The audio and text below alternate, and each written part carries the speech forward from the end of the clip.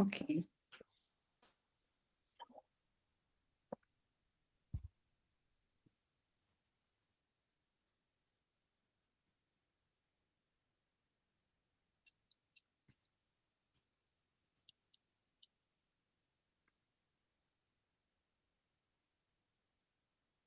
Can we get started? I think we can, right? Yeah. Okay. So any topics that anyone wants to add? I suggest you just maybe I will put the link to the agenda also here, and you're welcome to add your topics to the agenda. The one is the action items from the last call. They're all here. I think from the Shmuel had one about an issue in llm-d of usage of new configuration. I think we have update on that later. I think I went through it. The only one that maybe Abdullah for you is a design of how pluggable scheduler can support deferred decode. Do we have it already? We had an offline discussion with Itai Okay. on this. I don't think we've written anything down yet. Okay. Itai, do you want to propose? I'm not sure if Itai is actually on the call. Oh, he's in the call. Okay. Do we actually want to make a proposal to start with a simpler approach where we provide, like, a side channel via APP to pick the decoder? I think we should propose a simplified version that does not require so many changes around so many components. We need to figure out what is the exact based, and it can be through a side channel on EPP. Because for the most part here, we're talking about changes in, like, so other than the changes like the XProc protocol that needs to support trailers, we need changes on the server side, right? Like the sidecar. Yeah, I think another approach would be to use a sidecar to implement this in lieu of doing it in the EPP. Both designs are valid, I think, and we can discuss which one is better and then present it to the larger community. Okay. Kellen?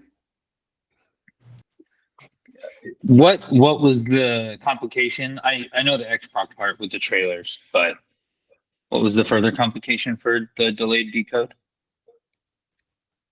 We went through the flow, and to the best of our understanding, in order to implement the delayed decode, you would need changes in the scheduler, in Envoy, in the EXTproc, and in VLLM. I have a list. I'll dig it up later. I think it's certainly something that we would want to present in terms of pros and cons of doing this delayed versus other methods. And then it just feels like it might be a bit too early to commit to making all of those changes when we have not really benchmark tested what is the right approach. Neely? Yeah, I wanted to explain, to people that are not aware of this issue. The thing is that, the external process or the EPP currently is able to choose the P and D.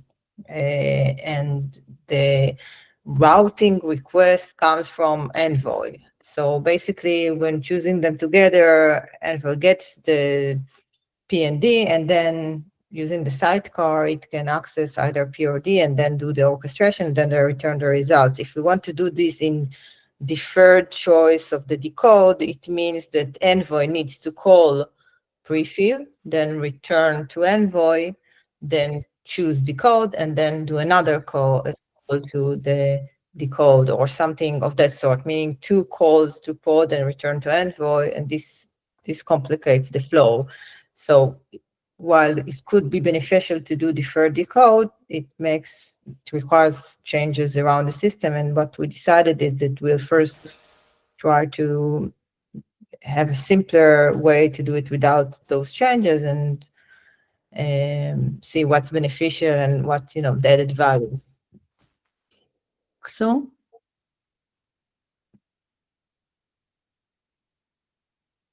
have a hand, or I missed it? It looks like she put his hand down. Okay. Okay, so I think for me it sounds like we need some sort of a document and to make sure we have a place for discussion and for making a decision. Okay. Next action item, Itai.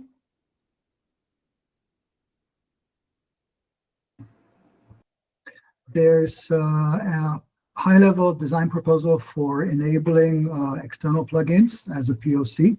This is something that we want to play around with still. It's not something that we are ready to commit, I think, to include, but we do want to have people who are working on AI and might be more used to writing code in Python or other interpreted languages, be able to extend the inference scheduler with plugins for scores, filters, etc. So the idea is to implement a Go-based plugin that is really a shim layer for making an HTTP or a gRPC call out to a co-located server in a different container. And that lets us do composability of the system, extensibility of the system in a much easier way. Perhaps there will be performance implications, so we need to benchmark that and test it, and then bring forward a more integrated solution if needed. There's the document. You're welcome to review it. And there's also, I think, a do not merge PR just for people who want to see what the code looks like. Kellen? Yeah, I've investigated that pretty deeply. I built a way to interop Python and Go. So that might cut down on the latency portion. But if you just want to make an HTTP call, is there really anything we need to like change formally in the framework? I would think that your extension could just make the call. That's the proposal. Yeah. The extension would just be making the call. It would take the plugin interface, translate it into a protobuf or a JSON message, interact with the external server. That's the majority of it. I think we want to do this through a translation and shim layer at this point. For example, that means not adding all of the struct tags to the GIE upstream structures for the interfaces at this point yet. We'll let people play with it, see if it makes sense, if people are actually picking it up, if there are performance issues, and I think then iterate. If we do decide to merge it upstream, then we can probably simplify the design a little bit. We could also actually do this as a filter and score plugin. Like you implement a filter plugin that actually makes the call to. Is that what you were suggesting? That is the proposal, exactly. Oh, okay, cool. Yeah, that's Yeah. okay.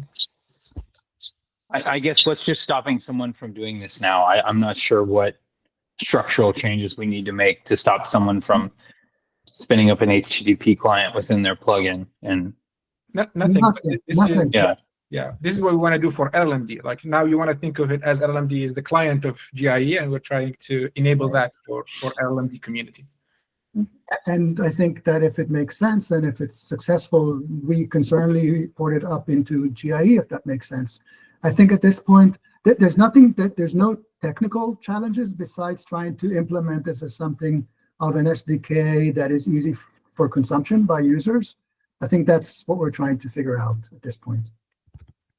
We don't see any, big technical issues. It's more of a matter of enabling it, having a single implementation, and it's just then think about it as you sort of have an HTTP or a gRPC plugin, and the configuration that you provide to it is the endpoint that you need to call in order to implement the interface that you're interested in on the external service. got it. So we more want to define an API surface for the call out is what we're doing. Yeah, and perhaps the default plugin implementation in the filter and score so that people don't have to do it themselves. So we can handle it in a common way around timeouts, error handling, serialization, everything else.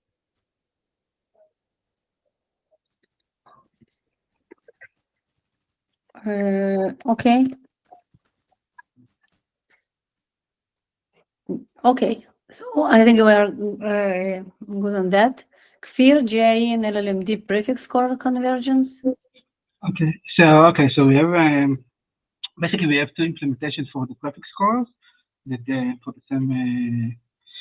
the same feature, one in llm-d and one in the GIE. So we converge them. I can take the advantages of each one of them. From the GIE, the score, the metric, and the nodes, and from the llm-d, the backend, the using of the Golang cache, and we combine them. So we already have PR that merge in the GIE.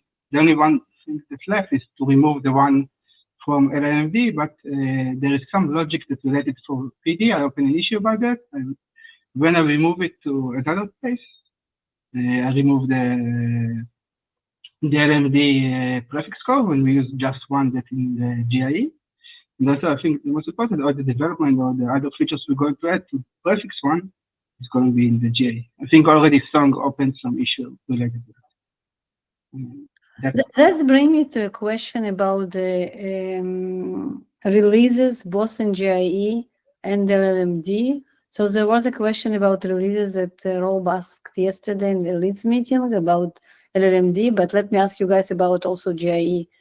You know, Abdullah, Kellen, Nir, who. So we somehow need to make some sort of policy here, right? So when we will say that we start to use the new prefix scorer in the GIE, don't need the one in the llm-d. So there are two questions here. Like the one is the release, the other one is when to use the upstream, prefix cache plugin. For the release, we kind of have a process where we start with an issue that details what we expect to have for the next release. Like, for example, we have now an issue up for 0.4, and we've already made 0.4 release. The release is actually releasing a container, right? And it's adding a tag in GitHub, right? Like this is X release. That is roughly the process been so far. Now we are planning for 0.5.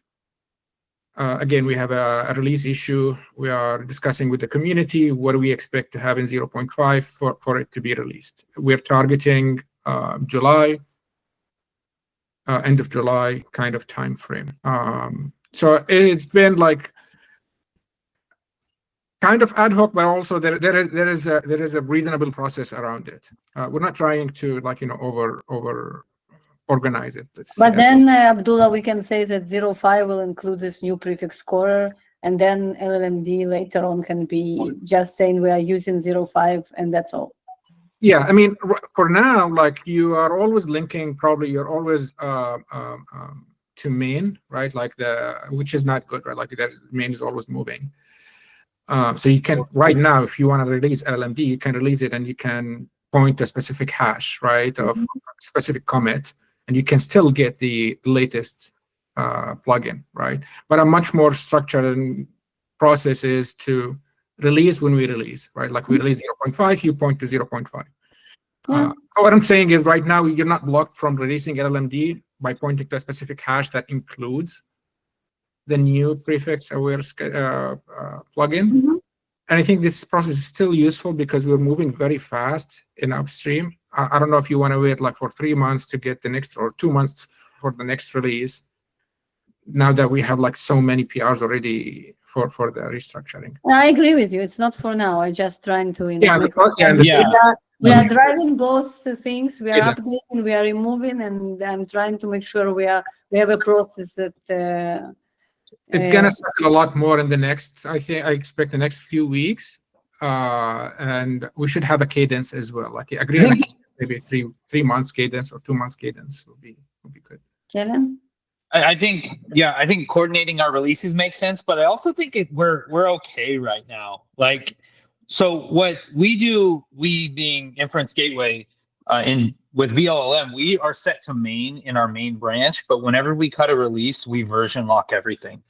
That's probably because, as Abdullah said, there's a lot of cross-pollination here. We're going to be working together. I think having the main branch point to each other's main makes sense. That's going to be the only way we'll stay up to date. And then coordinating releases is fine, and then we can just version lock everything there.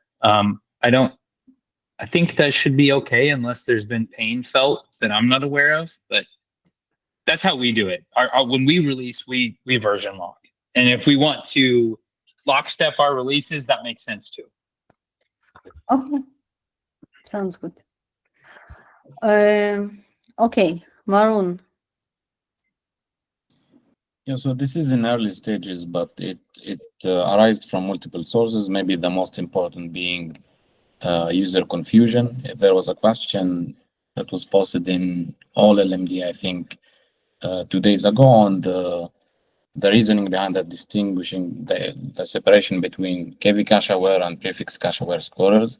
So Kfir and I are working on a design to integrate both of them into llm-d.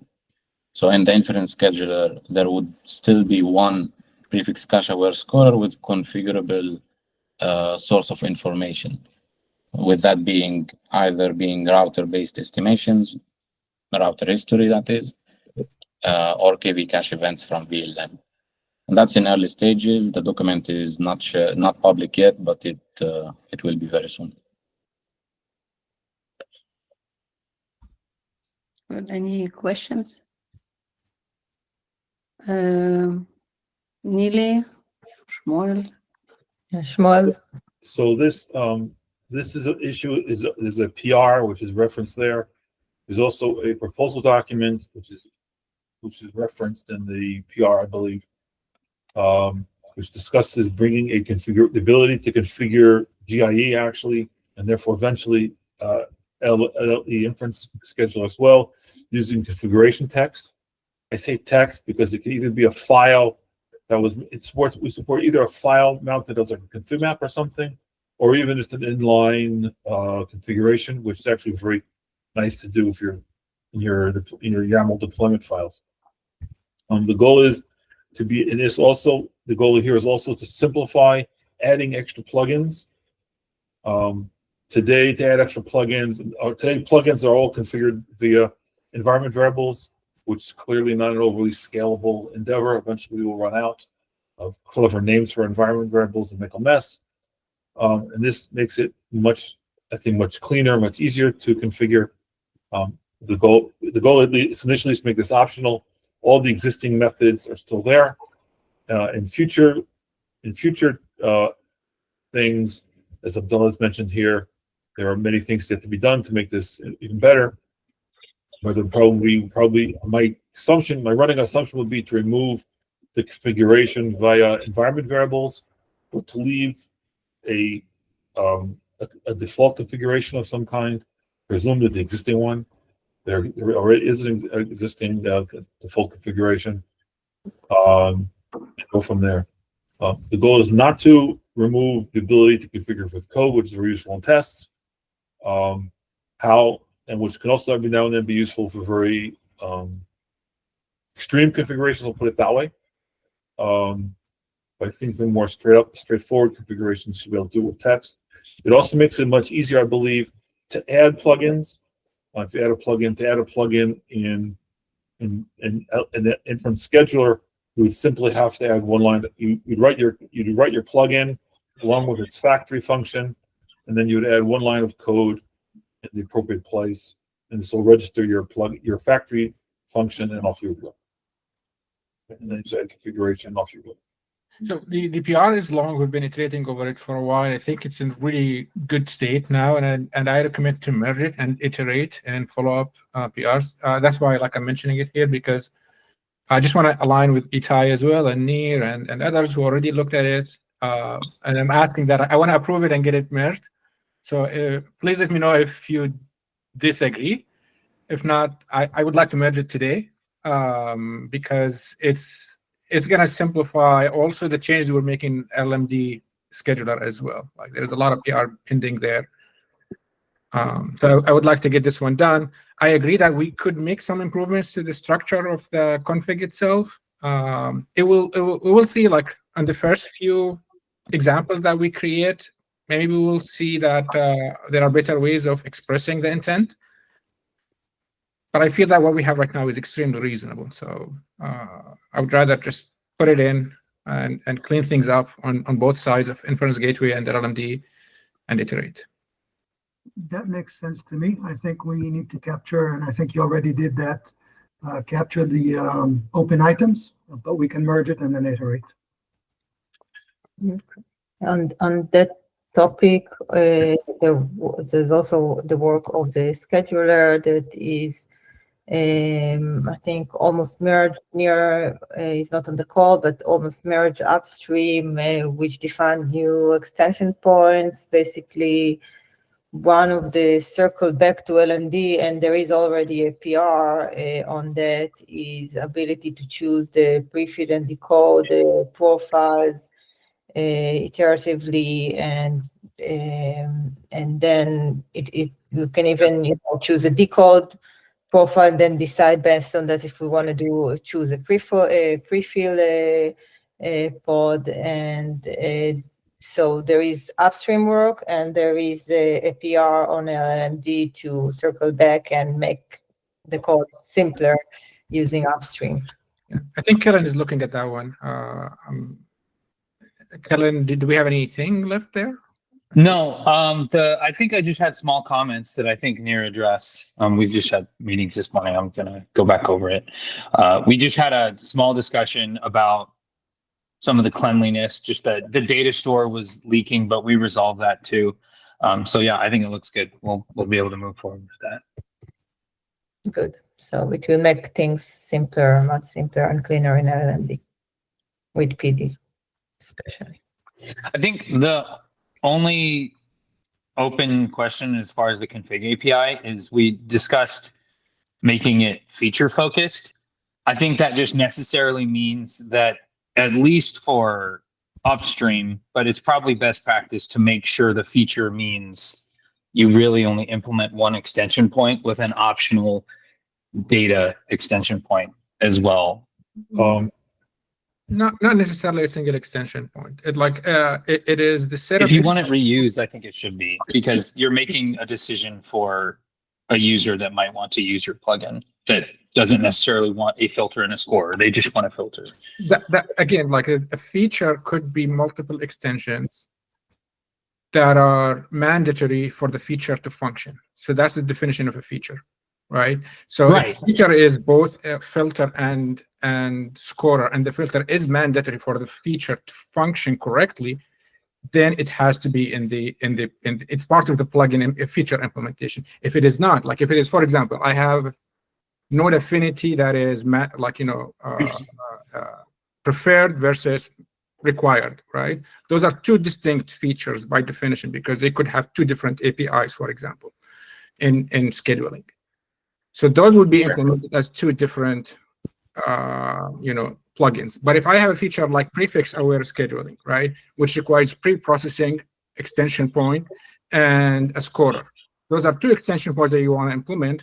Both of them compose one feature. If I cannot disable one of them, like basically the feature is a set of extensions that you cannot disable individually for the feature to function correctly.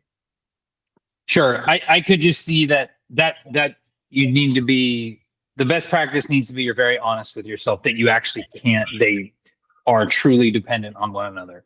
Because if you're baking in opinions, I think you're kind of going counterintuitive to the whole point of the pluggability structure. The whole point is to be able to compose the Lego pieces together. But if you're gluing them all together, that is counterintuitive. I see what you're saying. No, I don't think it is. That's the thing. Like the feature is again, as a higher level, concept, it might require implementing multiple extension points, right? I'm like making a distinction between a feature and an extension point. Extension point is the implementation detail of the feature. I understand what you're saying. It's not lost on me. I get your point, but what I'm saying is it's easy to foot gun and it's easy to make a poor feature that someone might want to decompose.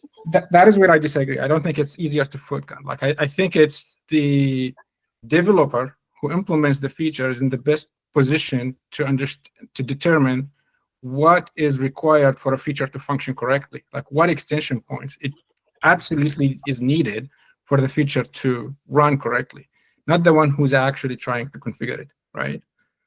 This is like my opinion. if you're building a completely different scheduling algorithm, you might be making different assumptions. Okay. So So, I think we have another 5 minutes. Let's maybe Kellen try to cover the inference schedule objective proposal. Sure. I need to get more gateway API maintainers involved here. But we did cut the first proposal. I made some adjustments. Some of the doc wasn't quite accurate as to far what the legacy API could do. There are some open questions. I think opening up the way we match things is powerful, and I think we should do that. But we are also offloading some of the responsibility to HTTP route, but HTTP route also matches in a similar way to what we're proposing.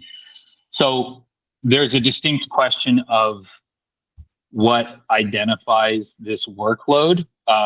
And unfortunately, so long as we have fairness, we cannot treat this object as a strict policy, as a unbiased policy. It is a workload definer. So I'm wondering if we want to separate this workload definer from a scheduling policy.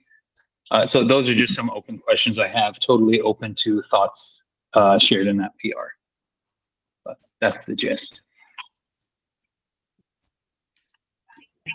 In the same vein, we've got, I'm not sure if Luke is on the call, or we've had the initial PR for the flow control layer and pluggability. Please take a look at it. It includes a lot of details about, like,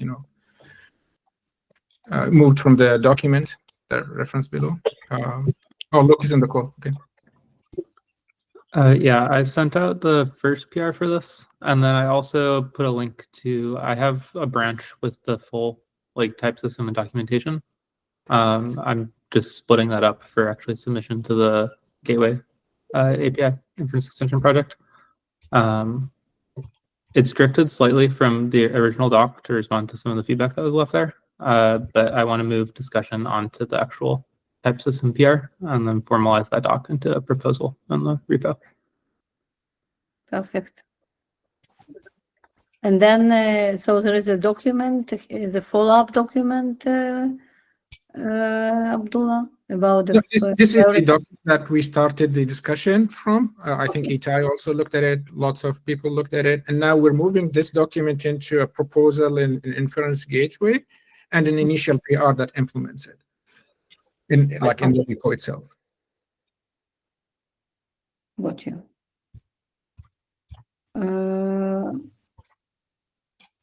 Okay. Anyone? Any questions, suggestions?